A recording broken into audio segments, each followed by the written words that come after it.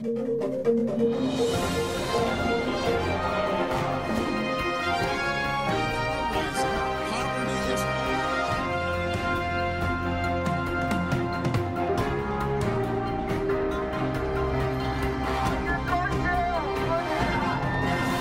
me an up-close and personal view.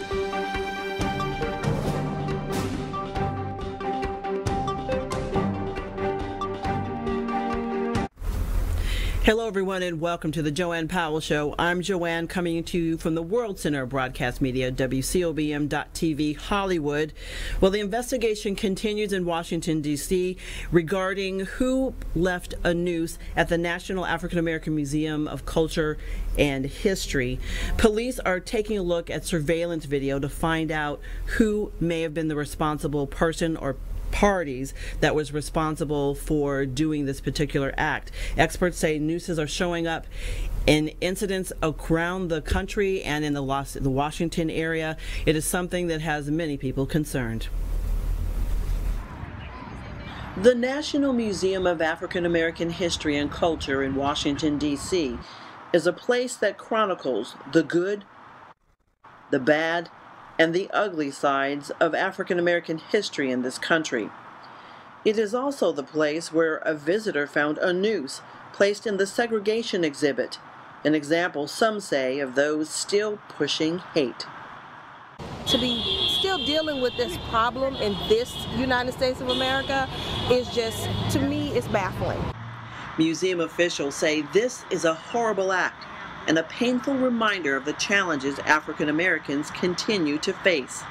This is a day that's shown us that this museum is more important than ever. History is our best teacher in terms of how we move forward in being the best country that we can be.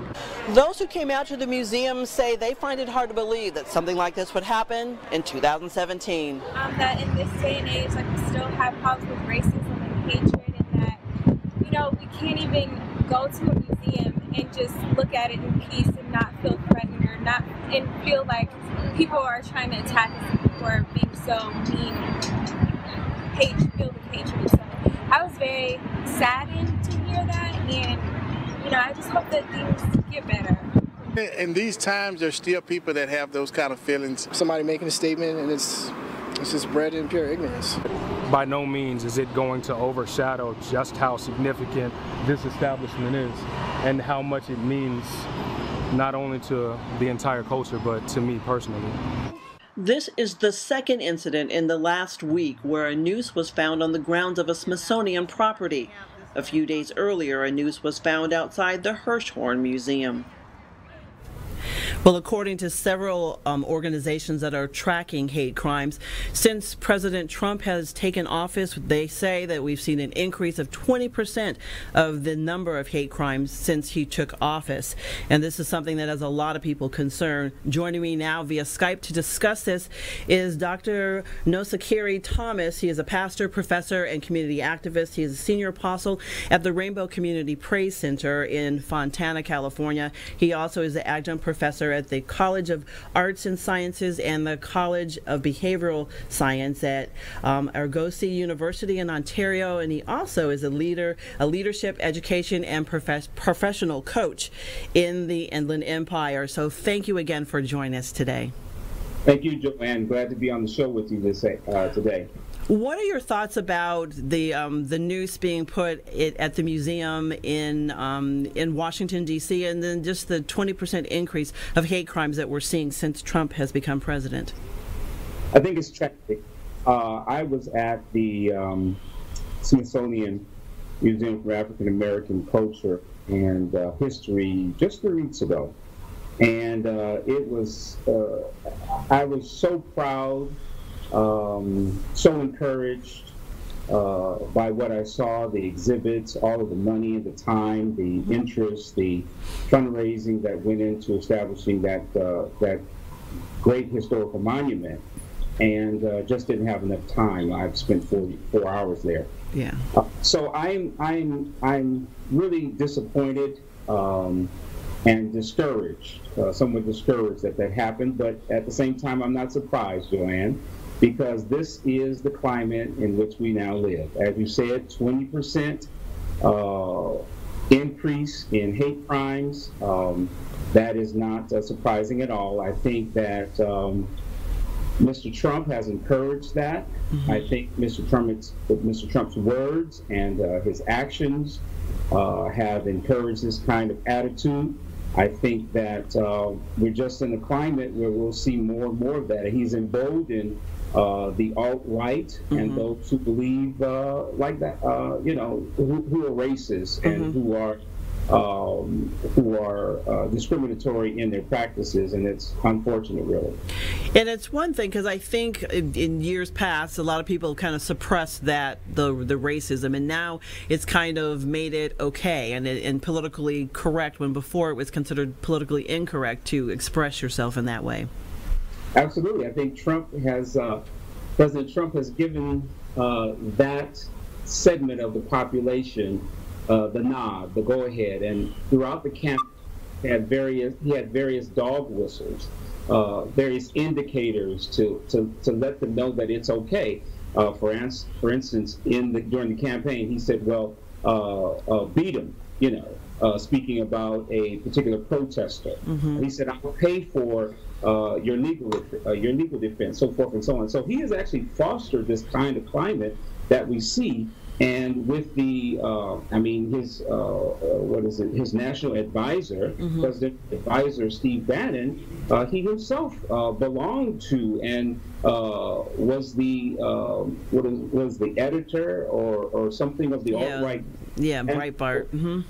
Yes, and so I think he has really fostered this and encouraged this. Even Attorney General Sessions has begun to roll back some of the gains that we found under the previous AG. And so we're in a very difficult climate. Congressman Elijah Cummings spoke to a group 3 weeks ago when I was in D.C. He said that we're in a storm. And so we need to recognize that we are in a storm and really talk about ways that we can strategize to really protect ourselves and find solutions for the climate that we're in.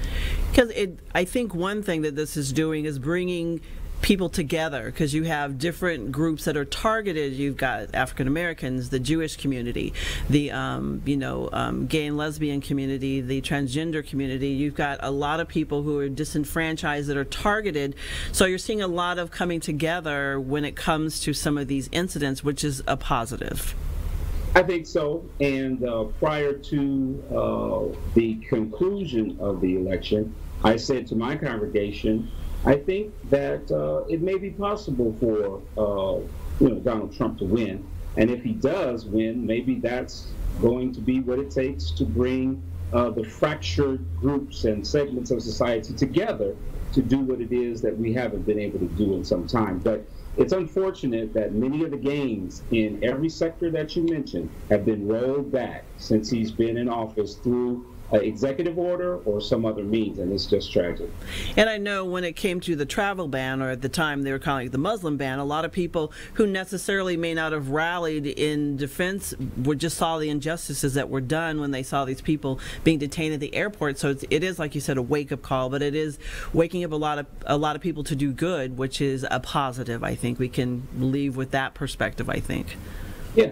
Dr. King said injustice anywhere is a threat to justice everywhere. Mm-hmm. So really, when we see these injustices happening, no matter what segment we belong to, we need to become involved and do what we can to curb this real current of discrimination and marginalization in our country.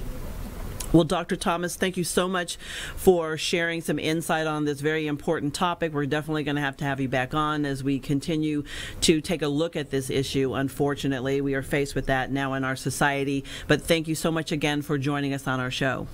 Thank you for having me, JoAnne, and you have a good evening. You too. Well, for those of you who are continuing to take a look at what's going on and want to know more about what is happening, just follow some of the things that we'll be doing here and on our Facebook page, The JoAnne Powell Show.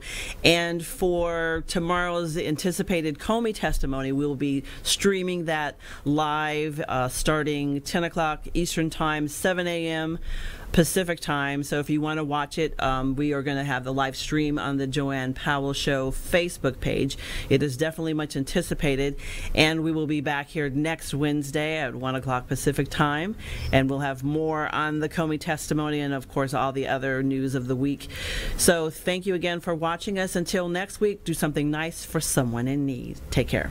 If you are an adult that began college and has not finished your college degree, let me put it to you straight.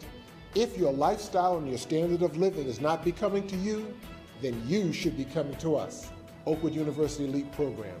We are the fast, flexible adult degree completion program for the busy adult, like you. Register today. Go to oakwoodleap.com or call 256-726-7098. It's time to leap. I'm JoAnne with the JoAnne Powell Show. You're watching the World Center of Broadcast Media, WCOBM Hollywood.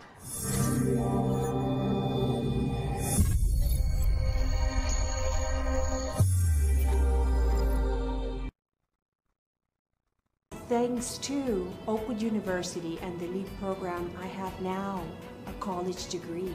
So to the Spanish-speaking members of this community who feel that the LEAP program is something you should consider, I would say, ánimo a la universidad. Considere el programa LEAP de Oakwood University. Go to oakwoodleap.com or call 256-726-7098.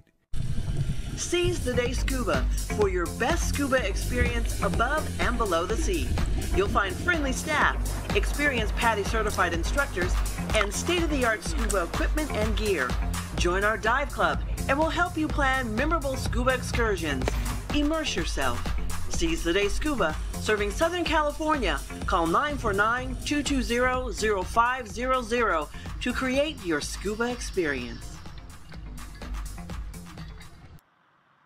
When I first started into the program, yes, I had doubts.